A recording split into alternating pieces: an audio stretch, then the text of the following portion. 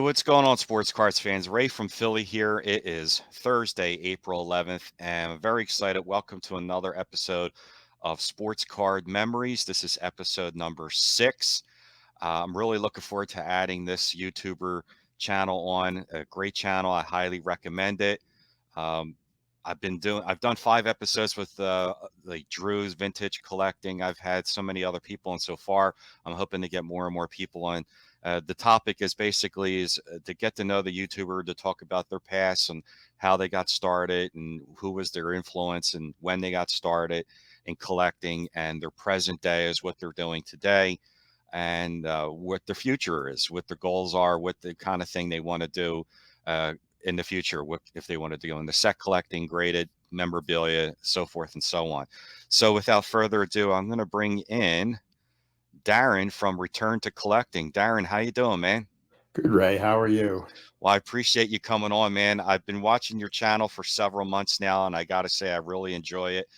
Thank It's you. just right up my alley right now. So Thank you. I appreciate it. no problem. My pleasure. So the first question is like, when did you get started in collecting and in the past, and Sure. was there a person that you can say that really got you the fever to get into it?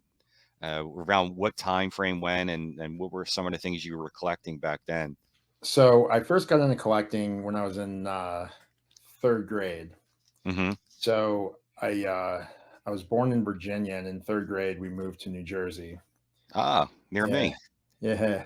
And my dad's the role he took at the company that he went to. Right. That the role he had at that point had access to the company tickets, and so they had Mets and Yankees tickets. Okay. So we used to go to Met. I started going to Mets and Yankees games, and then that next summer, I'm like, I want to play baseball. So I signed up for Little League, and then my mom started buying me and my brother packs of cards, like boxes of cards. That there was like this distribution place, maybe like 20 minutes from our house, and she'd go buy like, not a pallet, but like a crate of like 6 wax boxes or 8 wax boxes and bring them home. And when we do something, we'd get a good grade on the test or not talk back for a day or two or something, right? She'd give us Right. packs. Um, so she actually got me into collecting. And then when I started collecting, my dad was like, oh, you like talking stats, things like that. So then he started talking to me a lot about the history of baseball. Yep. He's big into baseball history and history in general. So that's kind of how I started. So I started with packs, and then he would start taking me to card shows, and I always kind of appreciated some of kind of the bigger golden era cards. Like Mm-hmm. those are the cards I remember seeing at card shows, right? Like the Aaron rookie Yeah. or Clemente rookie, things like that. Right. So I I never had those as a kid, right? I see them like, oh, cool. Even back then, right? It's like, oh, it's $150. What? Oh man, my Oh. budget's $6, right?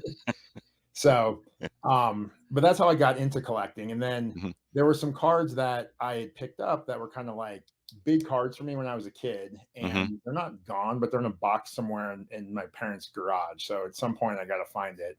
Right. And I repurchased 3 of them. One of them I actually still have.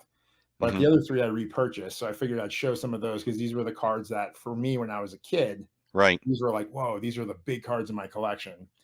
The first one is the Don Mattingly, Right. 84 Topps Mattingly. This was a huge card for me. I got this for my birthday from my aunt when I was, I don't know, probably like 7 or 8. Right. And that was a big one for me that I had. This next one I actually got from my parents for my birthday when I was probably, I don't know, 12. This Mm-hmm. isn't the one I had. The one I had is in a box somewhere, so I rebought it, but it was the manager's dream card from Sweet. Yeah. 1952. Yeah, I had this one. It's still safe because it's one of those like inch thick screw down plastics. The one that it's going to get me the altered when I send it in to get graded because it got squished. Yeah, so So what time frame would you say this was around? What years um between? late 80s, early Okay. 90s So probably. right in the beginning of the explosion, because that's Yep. when it really started taking off in the late 80s after the Yes. Mattingly rookie and Canseco and all that. Exactly. Yeah, Yeah. it was big, right? And then my I can't remember, I think it was for like I can't remember. My brother and I did something, and my mom was really happy with us. So she went to that same place that sold the boxes, and they were like, "Hey, we sell complete sets now, and we got this new thing in that we've not really seen before. We don't know what it is." So she bought us the complete set of the '89 Upper Deck, and she basically told us, she goes, "I don't want you guys fighting. We split it down the middle. You get the left half, he gets the right half." I'm like, "Okay." So I got cards one through whatever. So And you got Griffey. got Griffey, right? So that card again is in a box, and this is one that I picked up recently because I was like, "Why don't I have this card in my collection?" Right.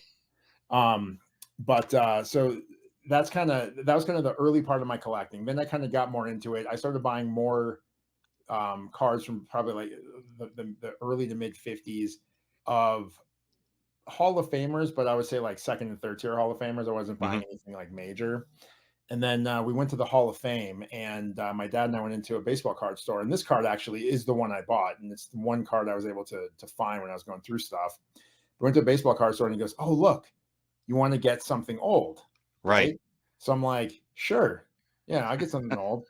So I picked up a 41 play ball Hank Greenberg. Hank Greenberg, sweet, beautiful Yeah, so card. I picked this card up when I was probably like 12 or 13 years old in Right. Cooperstown, and I sent this to go. Sent this to get graded a couple of years ago, PSA, and it got a 2. But I don't care. This thing could have gotten authentic. I wouldn't have cared. I just That's perfect though. That's a great looking card. yeah. So that's kind of how I got into it. Hmm. Then around the time I was probably 13, 14, I stopped collecting. Hmm. Completely stopped collecting. I just got into other things, and then we moved from New Jersey to Colorado. And when we moved to Colorado, it was less. I didn't like other like I couldn't find people that collected. Like Right. there was at the time like one or two cards shops that were like in kind of like a shady area of Denver. And my dad and I would go sometimes, and we'd randomly look at some stuff. And but I never really bought much. Actually, what's funny is um this right here, we were at a card shop, and he's like, "I gotta think about," I can't remember what card he was looking at, but he's like, "I gotta think about it," because he collected then. Hmm. So we were like, "Yeah, let's go for a walk." So it's one of those areas where it's like every building has the bars on the windows, right? Yep. All the one stories, old school. So we're walking down the street, and we went into, there was an antique store. He goes, "Let's go in here." He found a framed Babe Ruth signature, and he went up to the guy. He goes, "What do you want for this?" And the guy's like, "I don't know, $20 because it's the Oh my antique store, God. right?" So he bought it, and we walked back to the baseball card store, and we're like, "Hey, what do are you interested in buying this?" The guy's like, "Ooh," so he took it to the back, and like the owner went back there, a Hmm. bunch of the guys Right. went back there, and they're looking at it, and they came out, and they're like, this is before grading, right? So they came Right. back out, and they're like, "We'll give you 800 for it." And he's like, "Heck yeah, it's real. No thanks." So then he had that hanging up in his billiard room at his house, in the pool room. And then when they downsized, when he retired, he Right. gave me this. So Sweet. that this one is something that's been in the family for a while. Hmm. I absolutely love it. I'll probably never send in to get graded because I don't want to take it apart. Right. And but yeah, that's something that kind of was acquired in between me being a kid collector Right. and then getting back into collecting this time around. Hmm. Hence the name of my channel, right? Right. Um, so then for my 40th birthday, my dad's like, "Hey, you're getting older now. You got the family. You got a lot more responsibilities. You're always focused on work. You should do something that you enjoy." And I'm like, "All right, Right. like, I got to think about what I want to do for a hobby." And he goes, "Honestly," he goes, "When I think back to when I was your age, I Hmm. would have loved to have gotten into stuff that I enjoyed when I was a kid." And I'm like, "What do you mean? Like, what would Right. that be?" And then he goes, "Well, I got you this for your birthday." And he gave me Oh, the Nolan Ryan rookie. the '68 Ryan in the mint 9. And I was like, "Wow, I've always wanted that card." Like, so this is one of the cards when I was a kid. I'd go to a show, Hmm. I'm like, "Oh, look, there's a Ryan rookie. It's like $80. Yep. I only have $40. All right, so I'll save up some more, and I'll go, oh, there it is again. Oh my God, it's $100 now. Yep. Yep. Not enough." So I just never got it. And then he gave it to me, and I was like super pumped. And I got back from when we went for the birthday, and I was thinking, I'm like, I go, it'd be kind of cool. Maybe I'll buy some Nolan Ryan cards, right? So Hmm. then I ended up doing his base tops run, Hmm. and then I did that in 2019, and then I was like, yeah, you know what? There are a couple other cards that I really wanted as a kid that I Hmm. would see where I was like, oh, that's epic. Like, it'd be cool to be able to own that card someday. So I picked up a couple of them. The Clemente Clemente Rook. rookie, and then That is a beautiful card. thank you. And then I picked up the Aaron rookie. And at that point, I was hooked. And my timing kind of sucked because right when I'm Hmm. like, I'm back in, baby, COVID boom happened. And I'm like, oh, this is getting pretty pricey. And then basically all of 2020, all I bought was random modern cards because I watched a lot of YouTube channels and I hadn't Hmm. really found you guys. I hadn't found like the guys that talk vintage that were like true collectors. Right. I was watching the stuff that had like, the guys that have like 20,000, 100,000 subs that talk about buy this card, buy this, buy this. And then I Right. started buying like modern basketball cards and I'm like, what am I doing? I didn't even like them. And then I realized, which was I guess kind of worth it because had I bought some vintage stuff, then I probably would have overpaid for it. But to me, kind of learned my lesson, right? It's like if you're going to collect, you Right. don't do it because you're going to make money on it someday, maybe, but not in the short term. You do it because you love it and you buy the cards that you want. Because at the end of the Right. day, if you're just going to buy something to hope it goes up in value, go buy stocks. Goes Why are you by buying stocks. cards? Right. Right. Yeah. So I'm like, if I'm going to buy cards, I want to be able to look at them. I want to enjoy them. So if I'm going to pull Right. out like some shiny parallel basketball dude that plays on, the Right. Jazz or something. Nothing against the Jazz, but they're not my team, right? So I'd be like, sweet, right? Like it just wouldn't be something that I would enjoy. So I'm like, all Right. right. So I kind of learned my lesson, which was good. So that kind of got me back into collecting, and my focus for the last, I don't know, 40, I guess it's 2024 already. So the last like 3.5 years Hmm. has been acquiring cards that I love from when I was a kid or Hmm. now. And one of the big things that I've kind of taken in on YouTube, I did a video about it on Monday. Hmm. I did a video of my top 101 all time vintage cards. And one of Yeah. the key takeaways from that video was when I got back into collecting, I remember the stuff when I was a kid, and I'm like, oh, yeah, I know all about this. 55 Clemente. Yeah, yeah, yeah, of course. Yeah, the 57 Mantle. That's a good card. 52 Right. Mantle. Yeah, yeah. And then, Gaudi's, yeah, of course. And I got back into it. I'm like, there's so many cool cards and sets that are pre-war Hmm. that, caramel cards, bread cards, ice cream cards, tobacco cards, all these different things, right? Yep. Even post-war, meat cards, dog Dog food food. cards, Yep. yeah, all kinds of cool stuff, right? So that's kind of where I am now. Where I'm like, I'm learning so much. So what I Hmm. thought originally was, hey, I'm going to buy the iconic cards. They're still somewhat iconic cards, Right. but what's cool is when I started getting to a point where my wife's like, "So are you done yet?" Right? And I'm like, "Probably. I'm filling up these cases, and I'm getting close. There's like 4 or 5 more cards, and I think I'll have the iconic cards." And then we had a conversation about 6 months ago. I'm like, "Look." Like when I went to the national, actually, when I got back from the national, like the Right. first time around, I'm like, look, I need to be honest with you. I I'm not done. I don't think I'll ever be done. There's way more than I thought. She's That's like, right. Yeah. oh, good. It's fantastic.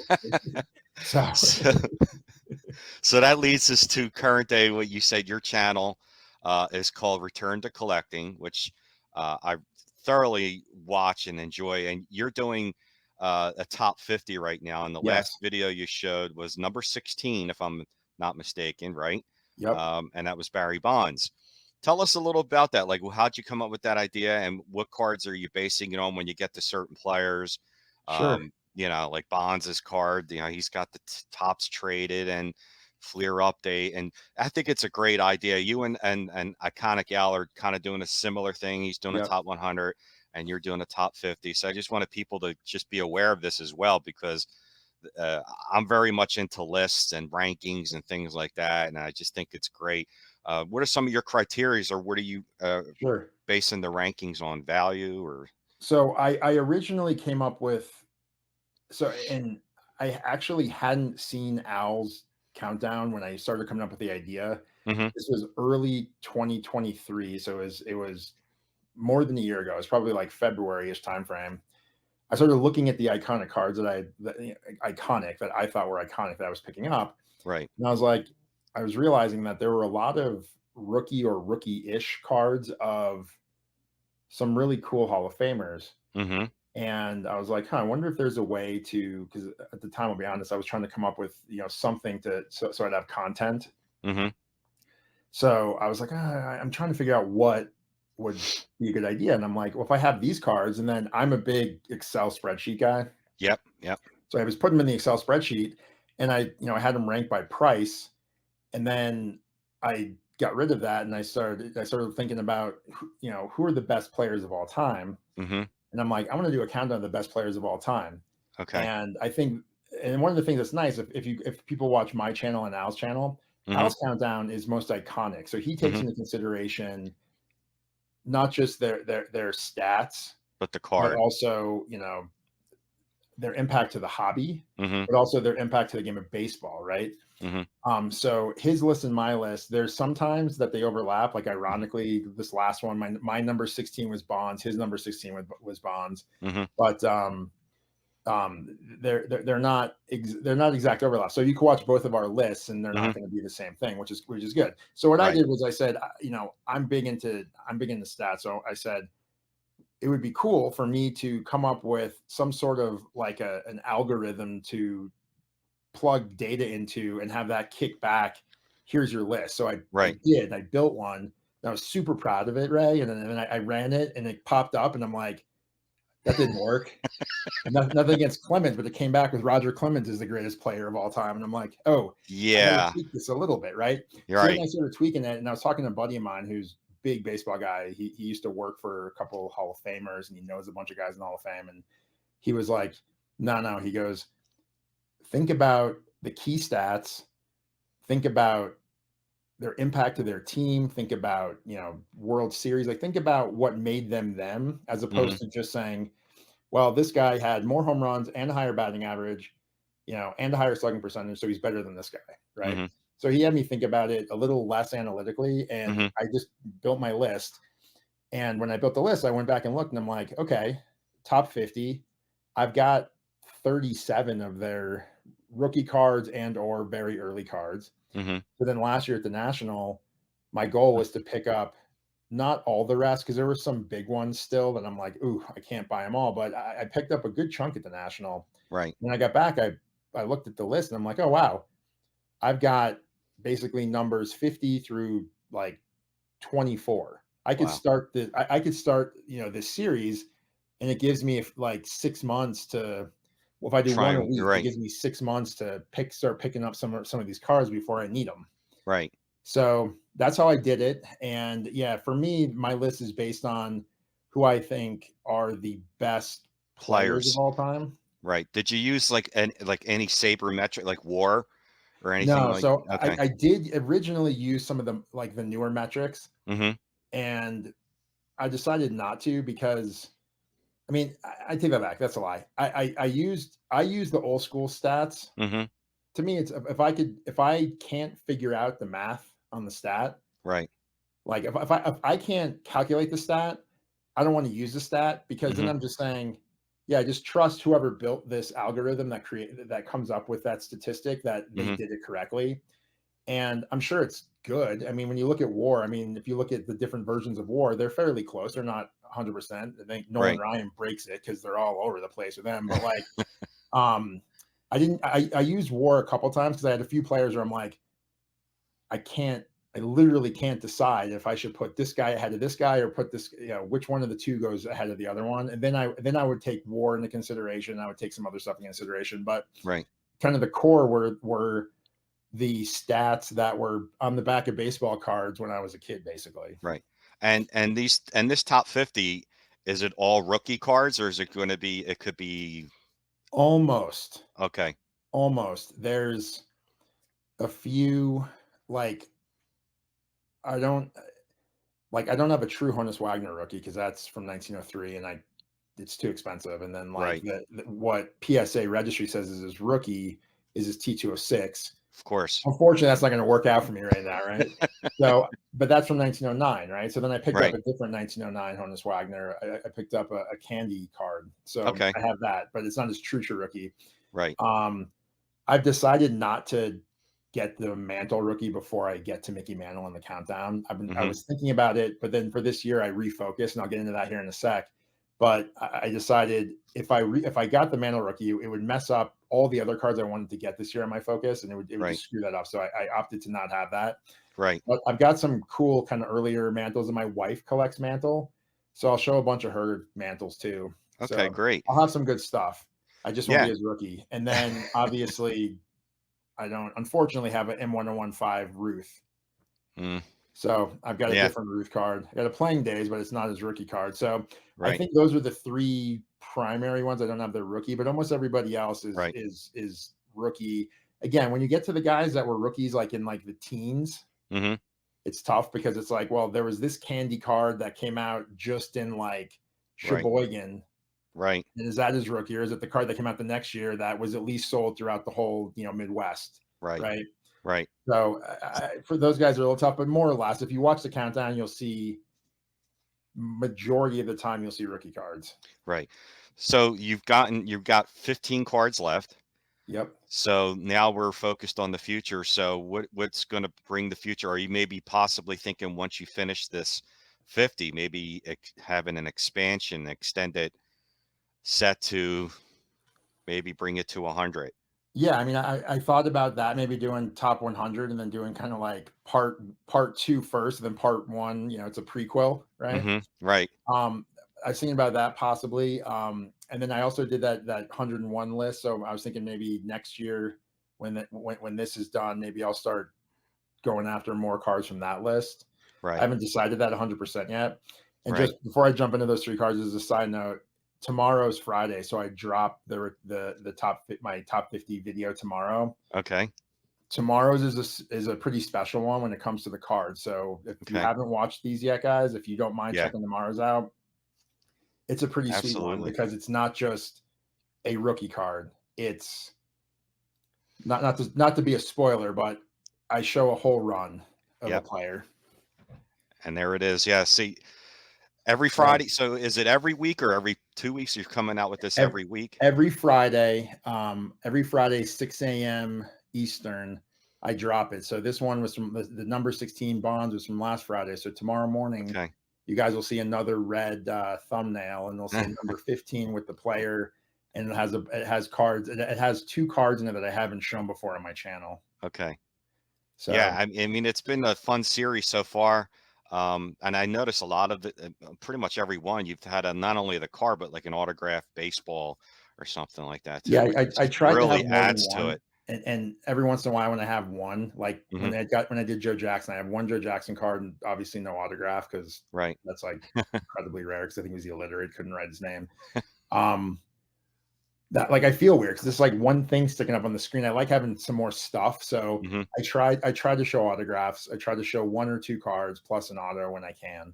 Right. But yeah, so let's jump into kind of the future. So when I Yeah, say the future, definitely. it's what I'm doing this year through the end of the year. And Ray and I were chatting before we started filming, and I said that I don't have the attention span to plan for 2025 yet.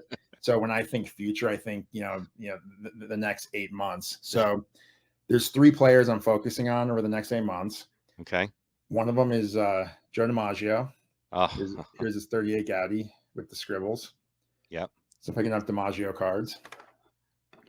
Um, the next player I'm focusing on Oh, is Jackie Robinson. beautiful card. And here's his 59 or 49 Bowman. And then the third player that I'm focusing on for the year is Lou Gehrig. And here's his Gaudi. Wow. So that's when I say future over the next 8 months, those are the guys I'm focusing on. Hmm. And I've been on my buddy Greg Midlife's channel a few times saying I'm not deviating from this plan. Right. And I'm getting a lot of crap from people saying, yeah, there's no way that you're only going to buy 12 cards this year. So there is a chance that I'll start to pick up some stuff that's not from these guys. Hmm. But one of the things I'm trying to do this year is budget more appropriately. So if I do Right. pick up cards that aren't from these guys, they'll be they won't be as big of a card, right? It's not going to be Hmm. like, yeah, surprise, I got whatever, Right. I got some Ty Cobb card or something, right? That's not going to be like that. Like if I pick up anything, it might be like I'm going to Strongsville Hmm. next week. Mhm. So, if I can't find one of the cards from my list, I still want to pick. I'm not going to fly to Cleveland and not pick up a baseball card. I feel like that'd be a waste, right? So I'm going to try to find something cool and old, right? Maybe I'll find Right. some like obscure early Hall of Famer, old Judge card or something, and I might Right. pick that up. But I'm not gonna buy any like really big cards. I don't think this year, unless it's Right. from one of those players for the cards that I've got on my list. So you have 15 left. How many do you still need to buy of those 15? Oh, the All 15 players I have left. Yeah, or I'm, 14 now because you're that's right. The doing 15 dropping tomorrow. I'm done. I've got them you all. got them all. Well, I'm looking forward to that, man. Yeah. Now, so what do you think for the future? You think about maybe making this, because this is a really interesting project that you're doing in a series. You ever think about maybe making something of this all in a different way, like a book? I don't know. Like I think something like that would be fun. I think I was thinking the other day when I'm done, maybe I'll start with maybe because I've never had my own website before. Mhm. Maybe I'll start a website and I'll have Mhm. my list on it, and then I'm a big list guy, Me so too. Me it'll too. be like return to collecting Darren's website of lists, and I'll just have all my lists on it And with cards and decades, information. top 10 of the decades and top Yeah. 10, you know what I mean? Like Yep. post-war, pre-war. I mean, that's the great thing about baseball and collecting cards. You can go in so many, it's just never-ending lists. So, Exactly. yeah, And I'm that's what looking I love forward to it. about it. I finished Yeah. one list. Like my buddy Mike Petty asked me the other day. He said, "How are you?" He's like, "What are you going to do when you finish this list this year?" He's like, "You're 3 months into the year and you've got 7 or 8 of the cards for the year already purchased." I'm like, "Oh, when I finish this list, I'll start a new list." Right? Start Like that's or an extended, and then you're yeah, gonna look back and be like, "Man, I wish I started on 100," but you can all I mean, it's easily to and it'd be probably cheaper because you'd be doing players ranked 51 to 100. So, yeah. um, And that was one of the reasons that was the other reason I didn't do 100. mhm, There were because I made my list. My original list was 100. There were quite a few players in the bottom 50 that had incredibly expensive rookie cards, right? Like um, uh, Eddie Matthews mhm, was in my top 100, but bottom 50. His right, 52 tops cards insane. right, Um, Cap Anson was in yep, there. Old Haas Radborn. Some of these old guys right, from like they had one card in like the old Judge set, and then they right. retired. Negro Some of League their rookie players, cards, yeah, they're like 5-figure cards, and I'm like, yeah, they're a cool player, but would I spend 5 figures on that card, or are there right, other cards that I would?